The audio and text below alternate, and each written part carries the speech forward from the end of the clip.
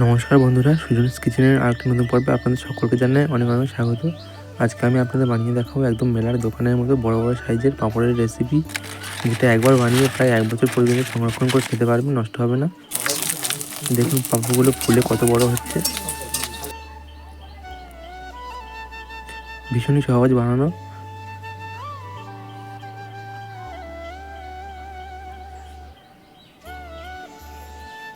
পাঁপড়ের সাইজগুলো দেখুন কত বড় বড়, ভাজার আগে কিরকম ছোটো ছিল আর দেখুন ভাজার পরে কতটা বড় হয়ে গেছে। আওয়াজটা শুনে নিশ্চয়ই বুঝতে পারছেন যে কতটা মুচমুচে হয়েছে পাঁপড়গুলো, ভীষণই সহজ বানানো। তো চলুন দেখে নেওয়া যায় রেসিপিটি। তো পাঁপড় বানানোর জন্য এখানে নিয়েছি 1 বাটি ময়দা, দিচ্ছি স্বাদ অনুসারে লবণ আর 2 চিমটি পরিমাণে খাওয়ার সোডা, আর দিচ্ছি খুব সামান্য একটু ফুড কালার। তো এটা অপশনাল, এটা আপনারা চাইলে নাও দিতে পারেন। তো সুন্দর একটা হলুদ কালারের জন্য আমি দিয়েছি, আপনারা চাইলে নাও দিতে পারেন। সব কিছু ভালোভাবে একসঙ্গে মিশিয়ে নিচ্ছি। এবার দেবো জল। তো এখানে 1 বাটি ময়দার জন্য আমি 1.5 বাটি জল ইউজ করব। তো অল্প অল্প করে জল দিয়ে একটা স্মুথ ব্যাটার বানিয়ে নেব।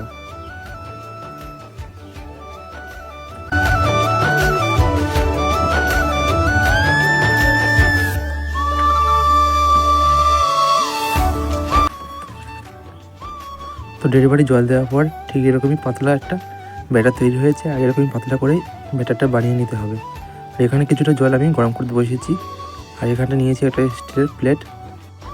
এতেই পাঁপড়টা বানাবো, তার জন্য এতে সামান্য একটু তেল মাখিয়ে নিচ্ছি যাতে পাঁপড়টা তাড়াতাড়ি উঠে আসে। আর বানিয়ে রাখা ব্যাটার থেকে 2 চামচ ব্যাটার এই প্লেটের উপর দিয়ে দিচ্ছি। খুব বেশি দেওয়ার দরকার নেই, 2 চামচ দিলেই হবে। তারপর এটাকে একটু পাতলা করে এভাবে ছড়িয়ে নিতে হবে। তারপর এই হাঁড়িটার উপরে এটাকে বসিয়ে দেবো। আর খুব বেশিক্ষণ সময় লাগে না, মাত্র 1 মিনিটেই হয়ে যাবে।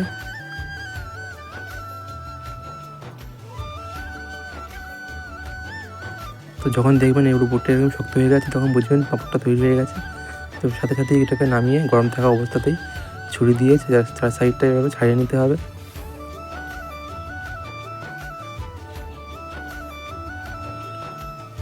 হালকা করে এক সাইডে ঠান্ডা দেখবেন পাঁপড়টা উঠে আসছে। তো গরম থাকা অবস্থাতে এটাকে তুলে নিতে হবে, ঠান্ডা হলে কিন্তু এটা উঠবে না। তারপর রৌদ্রের মধ্যে পাঁপড়টা দিয়ে দিয়েছি। তো এইভাবে সবগুলোই বানিয়ে নেব।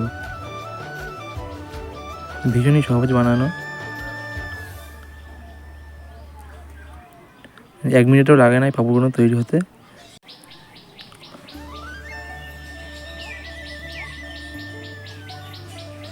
তো এটাও আমার হয়ে গিয়েছে, নামিয়ে নেব।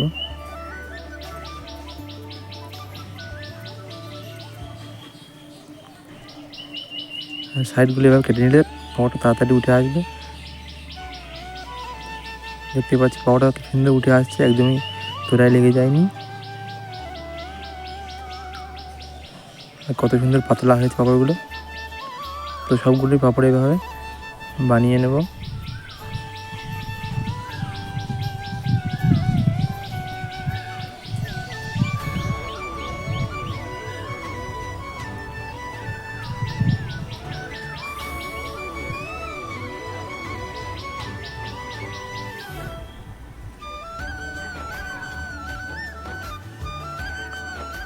তো সবগুলো পাঁপড় বানানো হয়ে গেছে। আমাদের এখানে রোদের তাপটা খুব বেশি আছে, সেই জন্য পাঁপড়গুলো একদিনেই হয়ে যাবে। আর 1 পিঠ হয়ে গেলে এভাবে আর 1 পিঠ উল্টে দিতে হবে।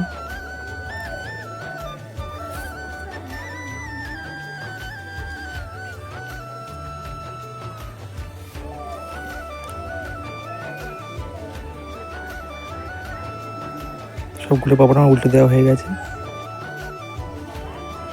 তো 10-20 মিনিট বাদে পাঁপড়গুলো এভাবে একটু উল্টে দিতে হবে, যাতে 2 পিঠ ভালোভাবে শুকিয়ে যায়।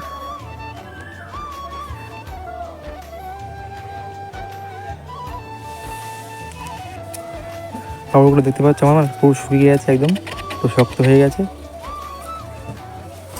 তো এবার সব পাঁপড়গুলো আমি এবার তুলে নেব।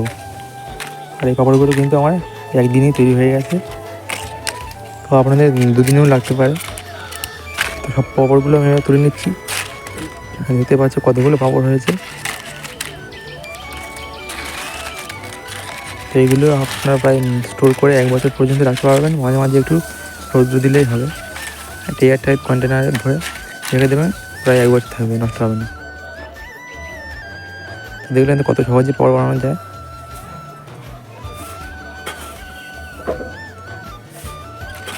আওয়াজটা শুনে বুঝতে পারছেন যে এটা কতটা পারফেক্ট হয়েছে, পুরো শুকিয়ে গেছে।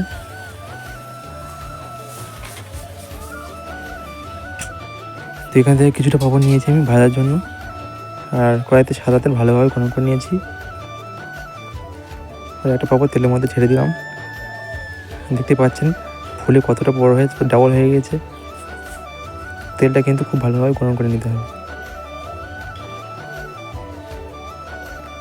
বেশিক্ষণ লাগে না পাপড় ভাজতে, জাস্ট কয়েক সেকেন্ড লাগে। তো এবার পাপড়টা তুলে নিচ্ছি। তো আরও কয়েকটা পাপড় আপনাদের ভেজে দেখাচ্ছি।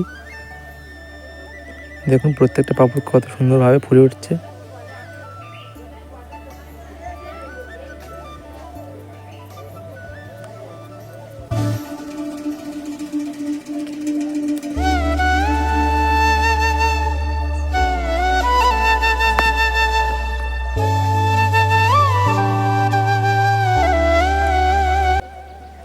তো সব পাপড় আমার ভেজে নেওয়া হয়ে গেছে।